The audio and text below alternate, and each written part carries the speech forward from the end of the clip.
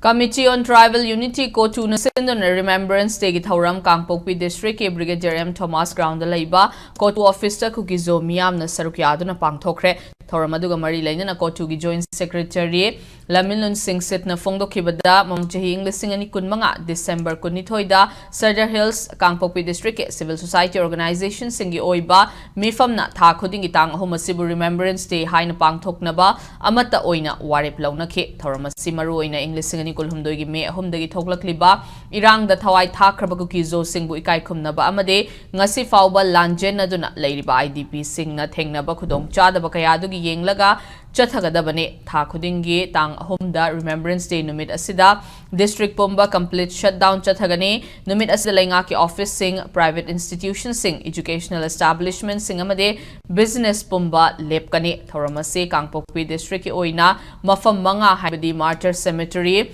Faijang Cycle Public Ground, Twilang Area, Laimakong Amade, New Kaitel Manbi Area da Pangthokani Haike, Loina Chahikudingi me Humbuna Separation Day Haina, Faijang Martyr Cemetery da Pangthokpagaloina na Pungtarani Thuige total shutdown Chathagani Haire.